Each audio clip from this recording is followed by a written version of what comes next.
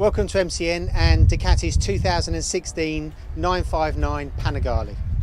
The old 899 Panigale engine has been reworked to keep the Euro 4 bods happy, so it's quieter and more efficient. But the whole bike is heavier too, to the tune of 7 kilos. Half of that weight gain is from the controversial shotgun style pipes, and the rest is from the sound deadening in the engine and the new 1299 style fairing. To maintain the 899's performance, Ducati have had to boost power and torque. The V-twin engine is also bigger, up to 955cc, thanks to a longer stroke. The baby Panigale, although it's not such a baby anymore, also comes with a new slipper clutch, grippy Superleggera foot pegs, and the swing arm pivot is now 4mm lower to give you better rear grip.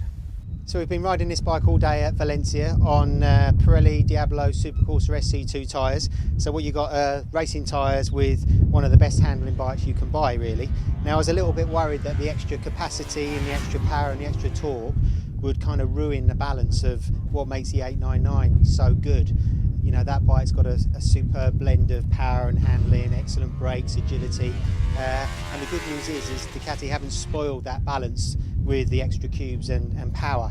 In actual fact, it is quite hard to tell the difference between this and the 899. It's got 2% more power to weight ratio, the rear is 4mm lower, so it's real little detail changes that you don't really notice in isolation. I think we'd have to ride them back to back to really tell the difference. But the thing with this bike is you think it's close to 1,000, and to begin with, when you first get on, it doesn't have the power you expect. It almost feels a little bit slow and a little bit lost, especially at this big Grand Prix circuit. But the more you ride it, the more you learn how it likes to be ridden. It's like a big Moto3 bike. It loves corner speed.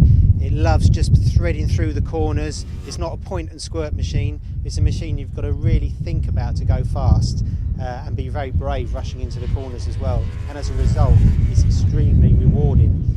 The bike's got a lot of grip, a lot of safety. The electronics are really nice. The quick shifter's really nice.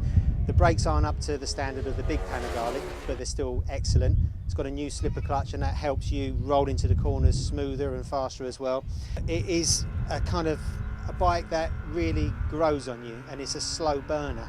And I think if you own one and had it as a track day bike, you would absolutely fall in love with it, because it's not obviously brilliant, it just takes time to realise it's brilliant. But overall, I'm really impressed with this bike. It's still one of the best middleweights that you can buy. Hasn't got the brutality of 1,000, but it's probably better for it because it's very easy to ride, and it's just very rewarding. Very impressed.